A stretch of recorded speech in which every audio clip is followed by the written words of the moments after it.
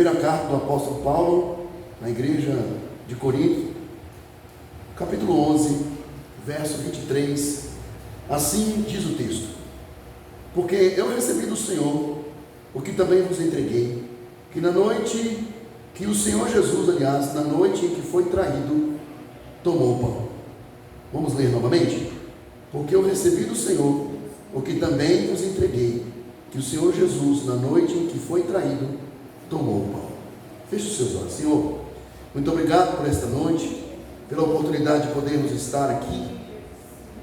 Sabemos que a semana passa, Senhor Deus, e nós ficamos na expectativa do domingo para nos encontrarmos e juntos podemos oferecer um culto que alegre e que, ó Pai Santo, seja digno de Sua graça, digno, ó Deus, de Sua majestade.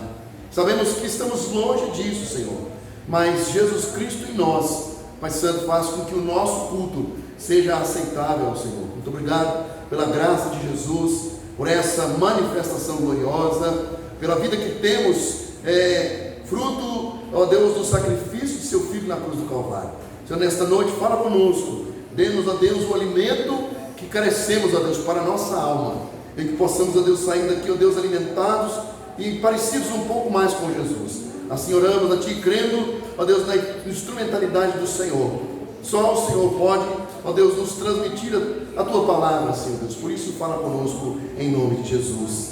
Amém. Amém, irmãos? O tema da mensagem desta noite é os objetivos da ceia do Senhor. Segundo o comentarista João Calvino, ou teólogo, ou reformador João Calvino, sobre esse texto, ele vai dizer que até agora Paulo tem exposto o abuso da igreja de Corinto quanto à refeição litúrgica que estava diante deles, mas naquele momento, além dele denunciar os abusos, ele passa a mostrar qual é o método adequado para retificar, ou seja, endireitar aquela liturgia, porque estava tudo desordenado, irmãos. As pessoas estavam se encontrando, como eu disse aqui no início, não para o bem, mas para o mal. Abusos estavam sendo cometidos, meus irmãos, naquelas reuniões. Por mais que porventura as reuniões não acontecessem num templo, ou que estivesse acontecendo num local propriamente escolhido, o que estava acontecendo era um abuso entre os irmãos. Alguns estavam sendo preteridos em relação a outros. Se tivesse pão para todo mundo, beleza. Se não tivesse, estava bom também. Se ficasse sem pão, não tinha problema nenhum. O vinho estava sendo usado de maneira irresponsável. O texto vai dizer, se nós nos voltarmos o texto, você depois leia lá, vai dizer que havia irmãos que estavam embriagados ali, bêbados mesmo. Outros estavam comendo e deixando outros sem comer. É por isso que, como eu disse no início, Paulo ele vai aconselhar os irmãos a receberem os elementos. Nós devemos esperar uns pelos outros. Então Paulo ele vai trazer algumas orientações para que aquela reunião, para que aquela liturgia fosse endireitada, pois a instituição de Cristo é uma regra segura. Ou seja, ele está apontando para a maneira com que Jesus Cristo ordenou que a ceia fosse feita. Era uma regra segura, de modo que, se nós nos afastarmos dela, mesmo que seja um pouco, nós podemos, queridos, correr o risco de estarmos fora do rumo certo ao qual Cristo colocou a sua igreja, ou até mesmo propriamente dita com relação a essa liturgia, a esse sacramento a qual nós acabamos de passar aqui nesse momento. Portanto, como os coríntios se desviaram dessa regra, ele os chama de volta à regra que Cristo estabeleceu. E em uma passagem que deve ser cuidadosamente observada, essa passagem, nós precisamos nos voltar para ela com atenção, mostrando que não há remédio para a correção ou eliminação dos abusos antes que venhamos nos retornar à pura instituição de Deus. Assim, fazendo um paralelo, nesse momento, eu gostaria de fazer um paralelo em relação à própria experiência do Senhor Jesus na sua caminhada com os seus discípulos e em alguns momentos em que ele teve experiências marcantes ali, até mesmo com os fariseus.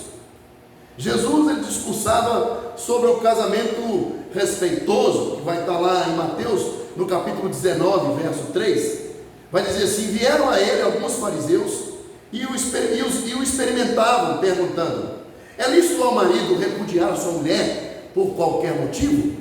É o que o evangelista Mateus está registrando ali no seu evangelho.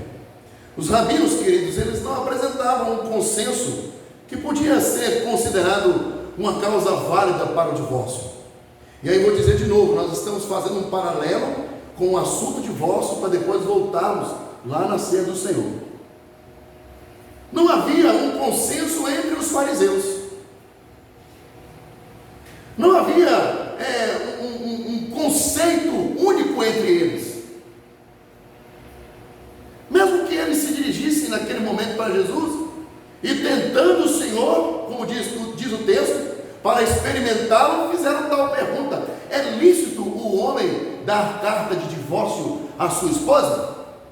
Eles fizeram essa pergunta para Jesus, mesmo não tendo consenso entre eles do que era lícito e o que não era lícito, porque para eles naquele momento não interessava o consenso, não interessava o equilíbrio comum entre eles. Na verdade, havia ali duas escolas, portanto, haviam duas posições quanto ao assunto que nós estamos tratando nesse paralelo, que é o divórcio. Um deles era dos seguidores de Shammai, que era um estudioso da época, estudioso especialista no estudo da Torá no primeiro século. Afirmavam que o homem, ele não precisava, ele não tinha necessidade de obter qualquer prova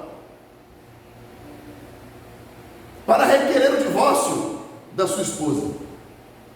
Na verdade, perdão, irmãos, ele precisava, perdão, viu, queridos? Ele precisava, o homem, ele teria que obter, ou para obter o divórcio de sua esposa, ele não poderia obter esse divórcio a qualquer preço, a qualquer desculpa. Ele precisava, aliás, de uma culpa comprovadamente material, de imoralidade sexual por parte de sua esposa, para requerer dela o divórcio. Essa era a escola de Shammai, ou seja, o homem que seguia essa visão desse grupo, para ele conseguir um divórcio, ele precisava de uma prova física, cabal, ali, sacramentada, provada, para conseguir o divórcio de sua esposa. Agora, os seguidores de Hillel, o líder rabínico, fundador da casa que leva o seu nome, os seguidores de Hillel, ele vai viver durante o reinado de Herodes. Ele era uma figura central dos últimos tempos ali no entendimento da Torá. E ele viveu justamente no período do segundo templo, ou seja, o primeiro templo já havia sido destruído. A Babilônia entrou e destruiu tudo, acabou com tudo, quebrou, arrebentou com tudo. Veio Herodes e construiu um segundo templo, um templo mais suntuoso, uma construção mais bela do que a primeira, muito mais ampla, com novidades para os alpendres e as divisões. Este era o templo da época de Hillel. Os seguidores dessa escola, eles eram mais tolerantes quanto à permissão do divórcio, que poderia ser adquirido por qualquer razão. Algumas delas, meus irmãos, até mesmo banais ou triviais. Os escribas traziam o costume e também a permissão dada para Moisés. Em Mateus, no capítulo 10, verso 4, vai dizer: mas o Senhor simplesmente responde dizendo: Moisés lhes permitiu dar carta de divórcio devido à dureza de vossos corações, mas nem sempre foi assim no princípio. O que eu estou querendo dizer com esse paralelo?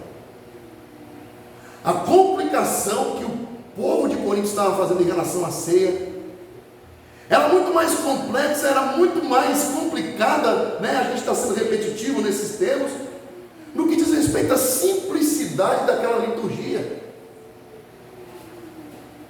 Assim como era aqui. Quando os fariseus vão perguntar para Jesus assim: olha, Moisés nos ordenou dar carta de divórcio, para você é lícito? Nós fizemos a pesquisa aqui acerca das duas escolas, mas Jesus não se preocupou com isso. Porque na verdade quem se preocupa com isso é o homem que impõe tradições ao ensino da palavra de Deus. Jesus simplesmente respondeu: olha, não foi assim no princípio, mas por causa da dureza dos vossos corações é que Moisés permitiu que fosse dado carta de divórcio. E Paulo, a semelhança de Jesus aqui, estava chamando os irmãos da igreja de Corinto a olhar para a simplicidade da liturgia da ceia. Precisamos entender que esse ensino puramente simples de Jesus, ele deveria permanecer intocado. E ao fazermos isso, querido, nos dias de hoje, os papistas ou os católicos romanos, eles gritam que não estamos deixando nada intocado. Demonstramos abertamente que não é apenas em um ponto que eles se degeneram da primeira instituição do nosso Senhor, voltando a falar da ceia, mas que eles a corromperam de mil maneiras. Nada é mais manifesto do que a sua missa. Olha aí o homem pegando, transformando a liturgia simples de Jesus em algo complexo, tão complexo que as pessoas não conseguem nem entender. Porque se for perguntar no nosso dia a dia, ou talvez aqui num culto durante a semana, depois da reunião, nos perguntar: você sabe o que significa a palavra missa?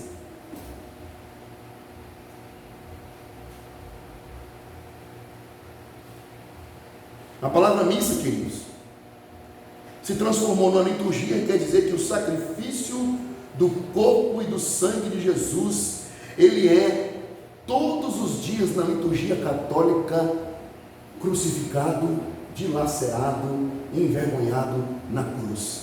Isso é que é missa. Eles a corromperam.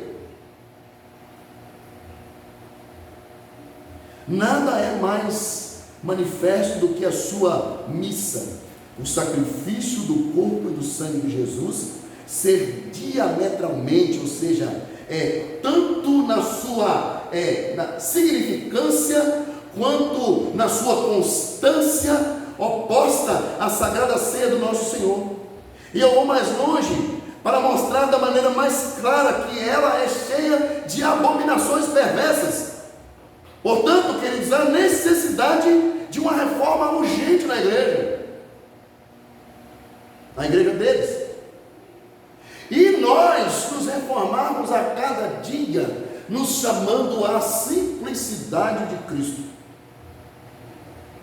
Exigimos assim, para nos sensibilizarmos a essa necessidade, entendemos o que Paulo parece recorrer, que a instituição do nosso Senhor seja a regra comum, a qual concordamos em ambos os lados em fazer o nosso apelo.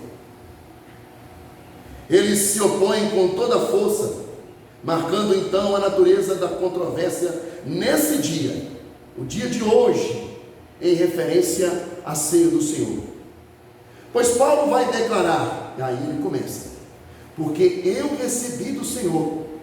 E é nessa palavra que ele sugere que não há autoridade de qualquer um na igreja, mas somente do Senhor, para instituir como deve ser feito a ceia do Senhor.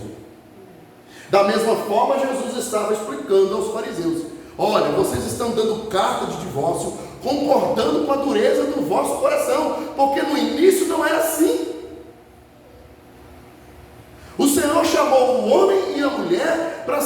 tornar os dois uma só carne.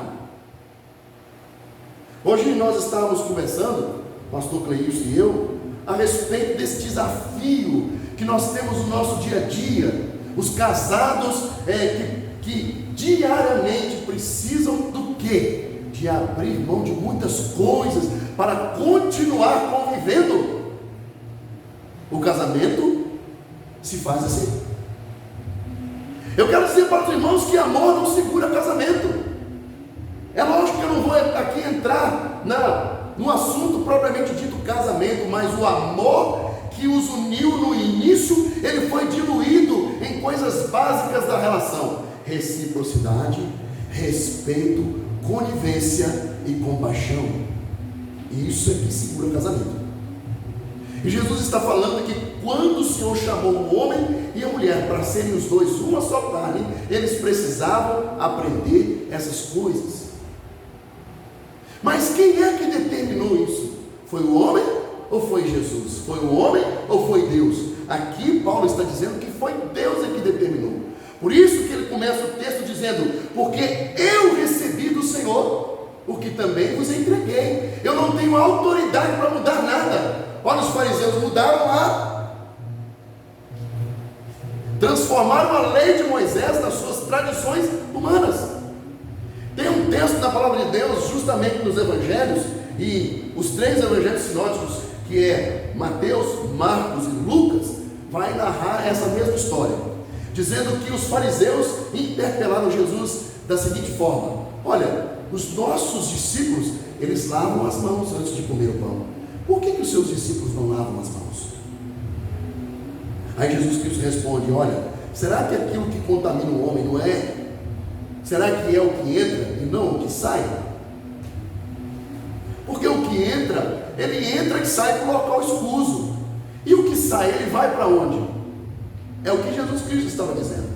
Não é o que eu como que me contamina, mas sim o que eu falo é que contamina todo o ambiente ao qual eu faço parte. Jesus estava alertando os fariseus acerca disso, porque eles corromperam a lei de Moisés, colocando as suas tradições. Naquela época, qual foi as atitudes dos fariseus? Lavar tudo, lavar cama, lavar jarro, lavar tudo, lavar caneco. Irmãos, não estou dizendo aqui que não deve lavar, eu sei que os irmãos estão me entendendo. E Paulo, olhando para Cristo, ele estava orientando a igreja de Corinto: eu recebi do Senhor o que também vos entreguei. E ele vai dizer a respeito dessa importância de seguir a autoridade máxima da igreja, que é Jesus, é o Senhor. Somente essa autoridade, ela provém do Senhor. Eu não lhes entreguei uma invenção minha quando cheguei até vocês. Paulo falando aos Coríntios: não a inventei. Eu não inventei um novo tipo de ceia. Permanece da mesma coisa. De acordo com o meu humor, eu vou mudar algo. De acordo com o meu desejo, eu vou colocar algo diferente ali para que fique mais bonito, porque para mim não está tão bonito assim. Com que autoridade eu faço isso? Porque de quem eu recebi, eu devo entregar para vocês. Retornemos então, queridos, à fonte original. Assim, dando a Deus tchau às leis humanas e a autoridade de Cristo sendo mantida em sua estabilidade, bem como a sua fidelidade. E outra vez ele diz: na noite em que ele foi traído, esta circunstância quanto ao tempo nos instrui quanto ao desígnio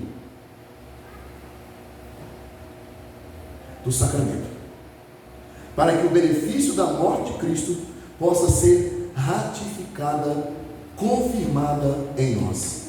Pois o Senhor pode ter algum tempo previamente comprometido com os apóstolos esse selo da aliança, mas ele esperou até o tempo de sua oblação. O que significa essa palavra oblação? É ato de fazer uma oferta a Deus. Ou seja, primeiro ele ensinou, primeiro ele disse como é que deve acontecer. Esse é o meu corpo que é dado por vós. partiu o pão e deu aos discípulos. E depois ele tomou o cálice e disse: esse é o cálice da nova aliança no meu sangue. Primeiro ele ensinou e depois ele executou, para que os apóstolos pudessem ver logo depois a concretização e lembrar. Olha, lá na noite da ceia, ele nos mostrou como ia acontecer. Ele desenhou para nós todo o cenário. Por mais que os discípulos, meus irmãos, não entendessem que a prática seria tão sangrenta, por isso que eles se assustaram e correram. Na realidade, Cristo entrega o seu corpo, representado naquela noite por um pão, para eles entenderem o que Jesus Cristo queria com o pão e com o vinho. Se alguém inferir, queridos, achar que a ceia deve, portanto, ser celebrada à noite e depois de uma refeição corporal, respondendo no que nosso Senhor fez, devemos considerar o que há, que ele teria que ser feito por nós também, todas as vezes. O que o comentarista está dizendo aqui?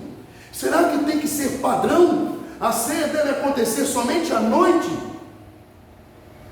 e acompanhada de um jantar? Ou então ela só deve acontecer durante o dia, acompanhada de jejum? Não. A palavra do Senhor diz que Deus está atrás de verdadeiros adoradores, que adorem ao Pai em espírito e em verdade, independente do lugar, do momento e da hora. Eu ouvi a história de uma missionária na África, que ela não tinha nem o pão e nem o suco de uva. Ela celebrou a ceia com angu e com chá.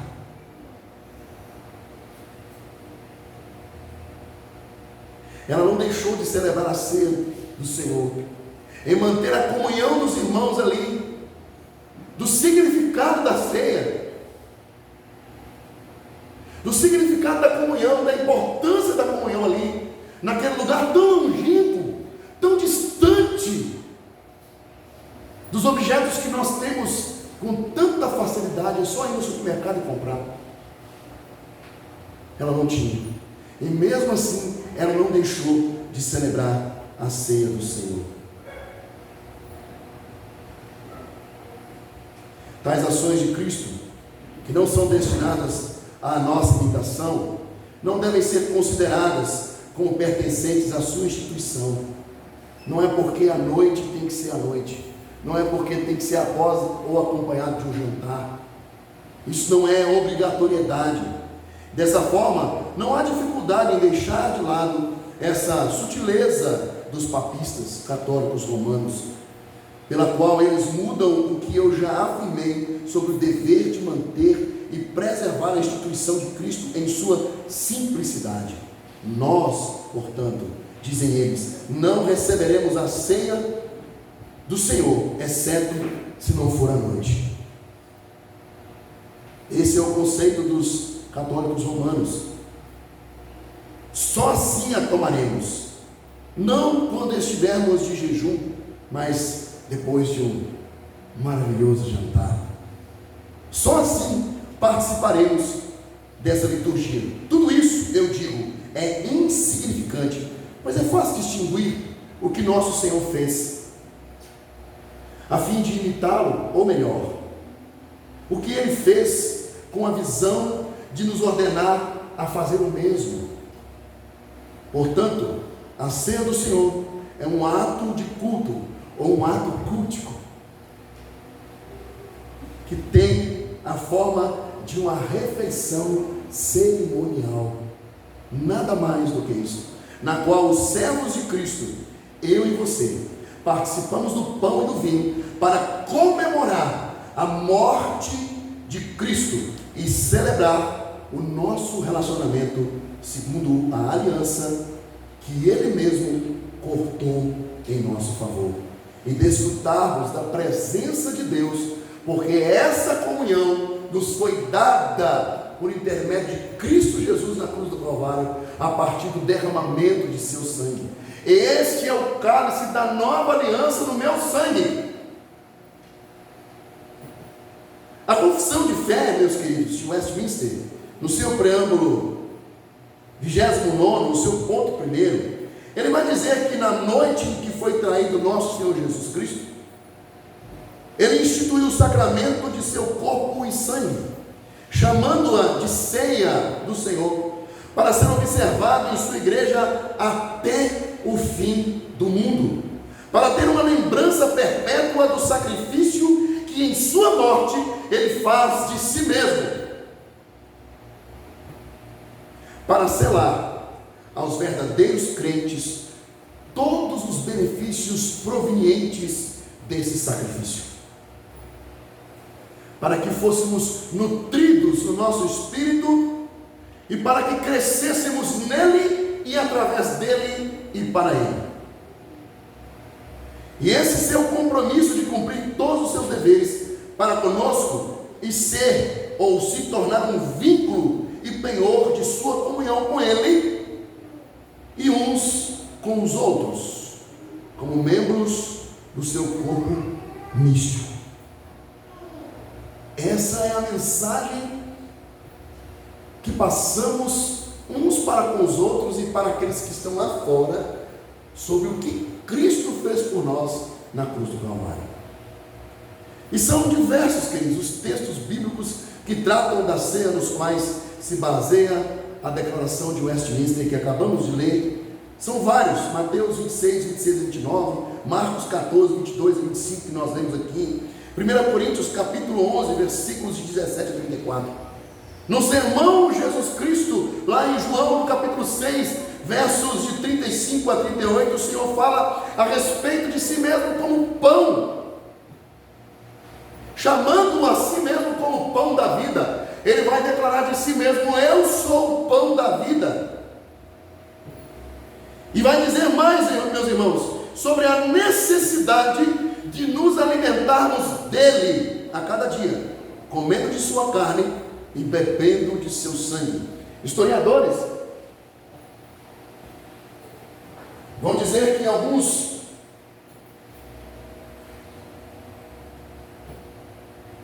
na época em que Jesus Cristo disse isso aqui, os cristãos foram acusados de serem canibais e foram queimados na fogueira por causa dessa fala de Jesus.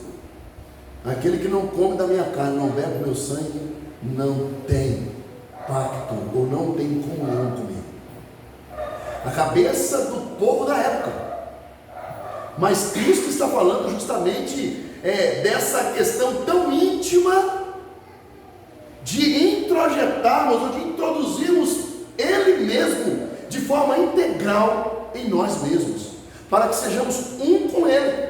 Aquele que não come da minha carne, não bebe do meu sangue, não tem parte comigo. Mas qual é o pão? E qual é o sangue? O pão, nós estamos diante dele, que é a palavra de Deus. E sangue é aquele que foi vertido na cruz do Calvário, que inclusive simbolizado pelo vinho, nos traz a lembrança da alegria do livramento que o Senhor nos deu do pecado, para a glória de Deus Pai, atendendo às exigências da lei, que dizia que sem derramamento de sangue não há o quê? Remissão de pecados. Comendo a sua carne e bebendo o seu sangue. Isso foi pregado antes da instituição da ceia, e é melhor entendido como tratando, ou quando nós olhamos para aquilo que a ceia significa, ou seja, a comunhão com Cristo pela fé, ao invés de simplesmente olharmos para a ceia como simples pão e simples vinho.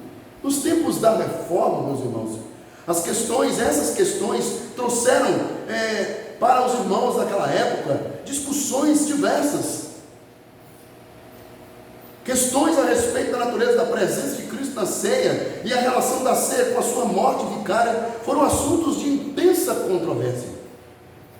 A Igreja Católica Romana ensina que Cristo está presente na ceia pela transubstanciação, como definida pelo Quarto Concílio de Latrão em 1215, concílio esse convocado pelo Papa Inocêncio III em 19 de abril daquele ano, onde a transubstanciação significa que a substância pão e a substância vinho miraculosamente se transformam no corpo e no sangue de Cristo.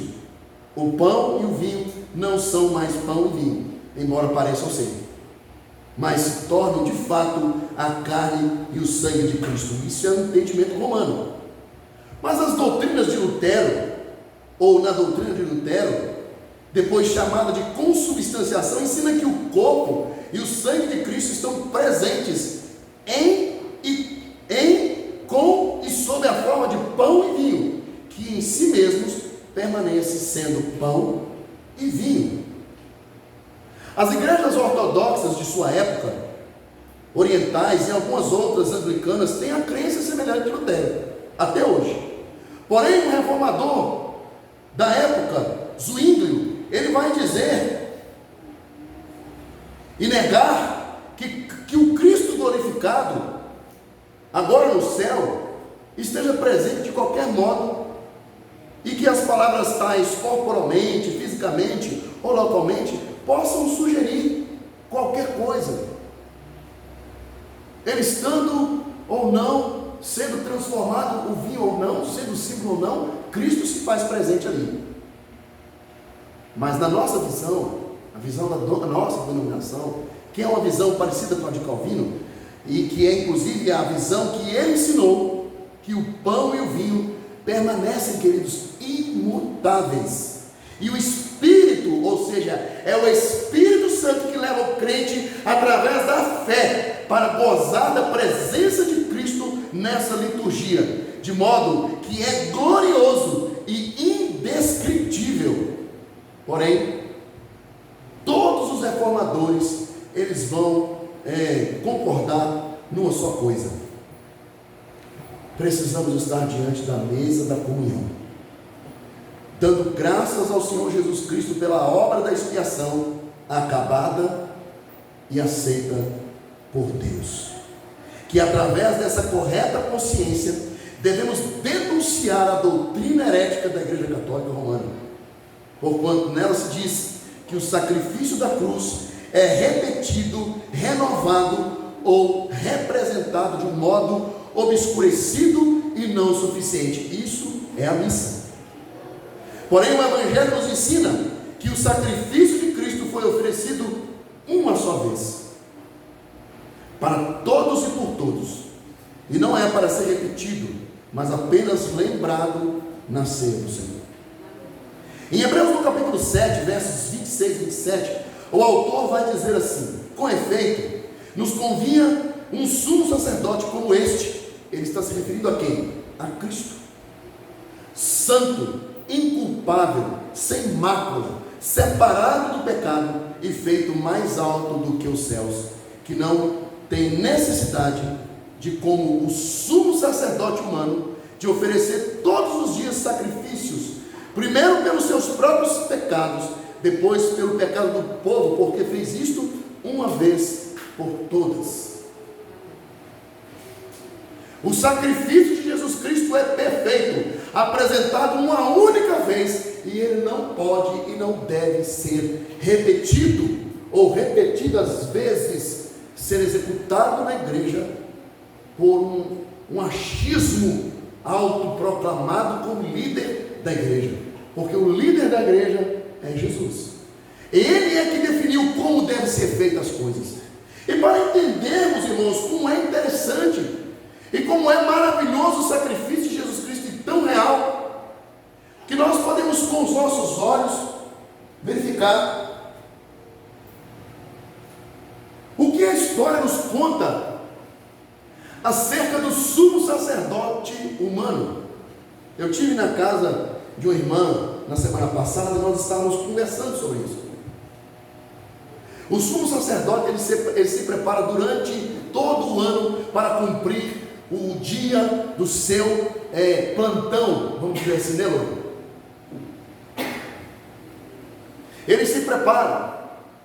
Enquanto ele se prepara, o cordeiro está sendo preparado para o sacrifício, desculpe. E ele entra no Santo dos Santos, irmãos, todo aparamentado, ali com as vestes sacerdotais, na orla das suas vestes sinetas, ou sinetes, na sua cintura uma corda amarrada. Ele entra no Santo dos Santos. Imagine a cabeça daquele homem e o coração dele, o medo que estava no seu coração ao adentrar a presença de Deus.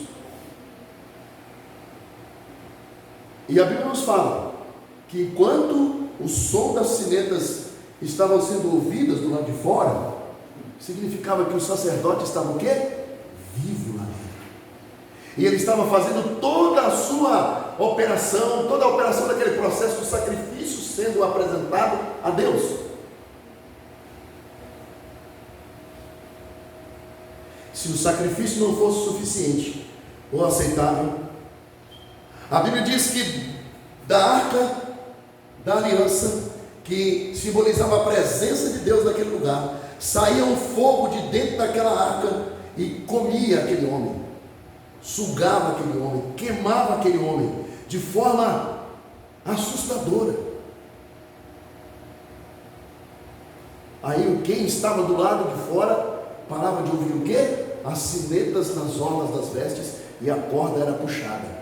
E quando terminava de puxar, do lado de cá saía um tição queimado. Mas quando o sacrifício era perfeito e aceito por Deus, conforme a orientação de Moisés, o sacerdote saía vivo de lá de dentro, o sumo sacerdote saía vivo de lá de dentro, prova de que aquele sacrifício havia sido aceito por Deus e os pecados do povo haviam sido o quê? Perdoado. A palavra de Deus em Hebreus vai dizer que Jesus Cristo é o sumo sacerdote, segundo a ordem de Melquisedeque, e não segundo a ordem de Arão. Jesus é o sumo sacerdote perfeito, e ele não apresenta ali um cordeiro perfeito, ele é o próprio cordeiro. E ele vai até Deus no tabernáculo celestial, apresenta-se a Deus como sumo sacerdote, segundo aquela ordem a qual ele foi chamado, e se apresenta ali a Deus como sumo sacerdote, e também sendo ele mesmo o sacrifício perfeito. João disse assim: olha, eis o Cordeiro de Deus que tira o pecado do mundo. E ele se sacrifica no meu e no seu lugar. E a palavra de Deus diz que Jesus Cristo morre, e ao terceiro dia ele ressuscita. E ao ressuscitar Jesus, nós estamos vendo o sumo sacerdote, segundo a ordem de Melquisedeque, saindo da presença de Deus vivo, provando que o sacrifício de Jesus Cristo foi aceito pelo próprio Deus.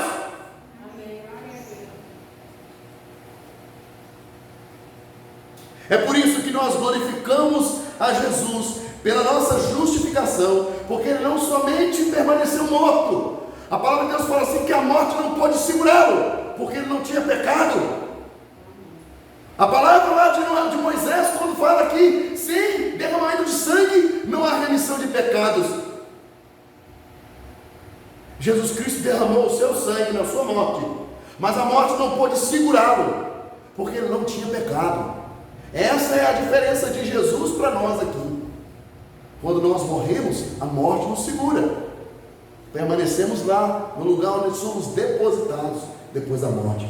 Mas isso não aconteceu com Jesus.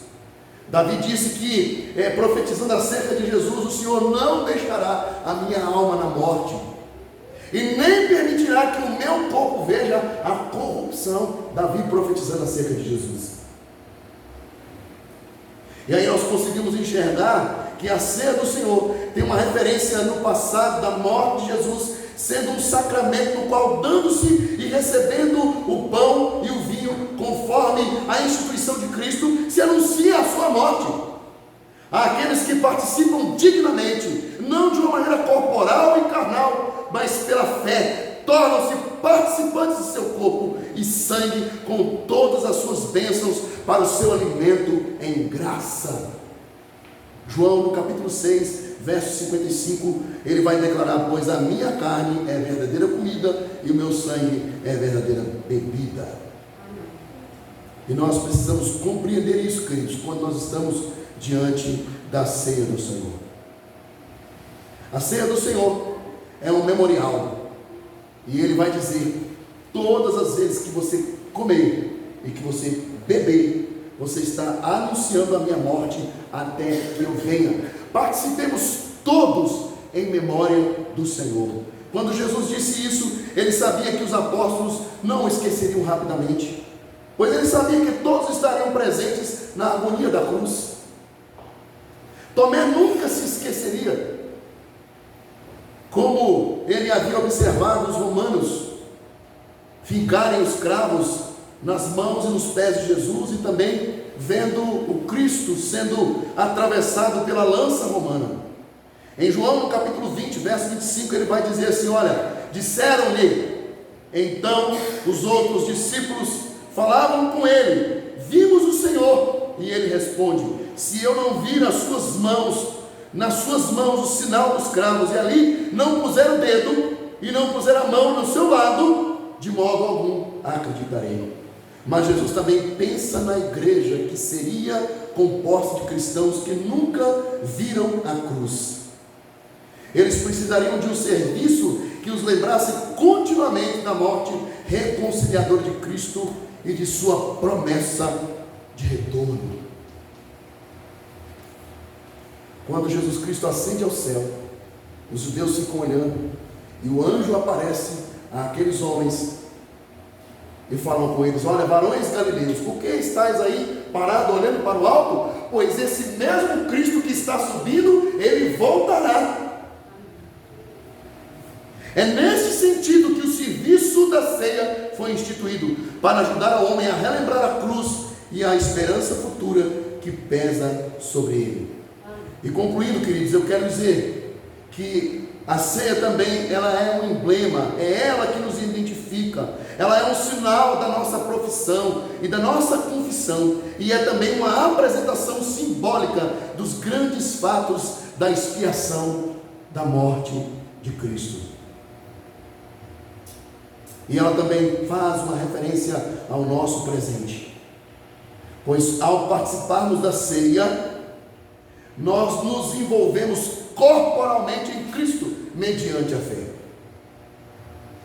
E temos assim, na participação da ceia, uma referência futura pelo fato de ser garantida em sua segunda vinda. E somos encorajados a permanecer na caminhada diária, no dia a dia, até que Ele venha. Amém, irmãos? Que possamos, ao participarmos da ceia, nos lembrar do sacrifício de Jesus Cristo na cruz do Calvário, e entendermos a profundidade da doutrina da expiação, e sabermos que fomos justificados pela fé e salvos por esse Cristo, ao qual recebeu o único nome, o nome dado pelo qual devemos, como disse Pedro, sermos salvos dia a dia de nós mesmos e desse mundo que se perde. Que você, que eu, possamos ser luz e sal para este mundo, a fim de que venhamos proclamar as verdades da salvação em Cristo Jesus. Amém?